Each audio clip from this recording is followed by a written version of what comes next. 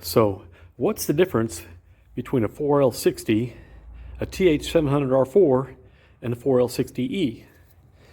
Well, that's complicated. It's not as simple as some people want to make it out to be. This is the original transmission out of Wakefield Jr., and this is a spare transmission I just picked up from my son's car, or my son's truck. My son's truck, the transmission started slipping recently. He needs another transmission. I got this one from the junkyard. I'll bet dollars to donuts that thing's garbage, but we've got a rebuildable core at least. But I got to thinking, people don't cover this a lot. I hear a lot of stuff, people get confused on the 4L60 and the 4L60E, which is which. Well, what about the 700R4?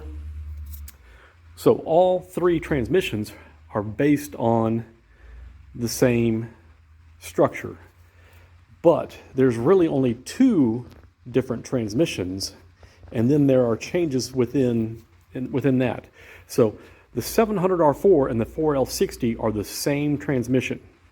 GM made a name change in the early 90s, and instead of calling it the 700R4, they switched to the 4L60 nomenclature.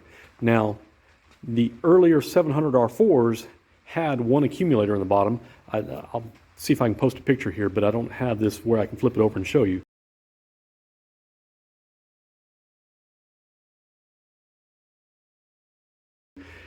The later 4L60s have two accumulators in them. This is one of the two accumulator ones. In the tech data, this is still called a 700R4 because it was an 89 transmission. So some people say that they're different, that they made engineering changes. No, there's no engineering changes between the 700R4 and the 4L60. The engineering changes came before they changed the nomenclature. So the thing to note on a 4L60 is it has a throttle valve right here. Your TV cable comes down and hooks it up. Your TV cable is what gives throttle position to the transmission so it knows when to shift. And you can see there's only one plug-in on this transmission. It's a 4-pin plug. It's back here, and only 3 of the pins are even used. And you'll also note you have your governor cover back here. There's no governor cover on the 4L60E. There's no throttle valve. And your connector has moved from this side over to this side.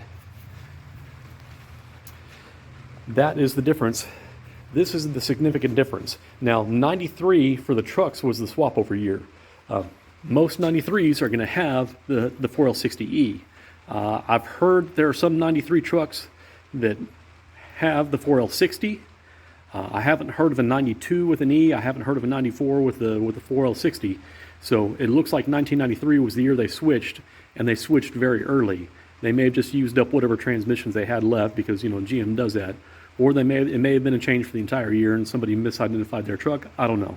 But 1993 is when you start having this connector here and, no TV cable, and it is a computer-controlled transmission. It gets the throttle input from the throttle position sensor, and it gets the speed from the vehicle speed sensor,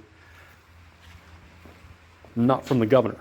So on the 4L60s, you can pop this off and change the weights on your governor and get different shift points. Yeah. So your vehicle speed sensor is still here on both transmissions. The case looks a lot alike, but you can see that the pan here, the valve body area is different with having the governor and whatnot. So they are not interchangeable.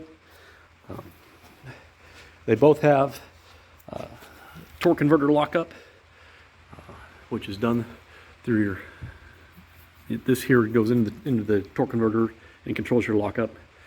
So very similar transmissions. There are a lot of parts that interchange, but they are not the same, and there's really only 2 of them. It's just that the early ones did have a couple different versions.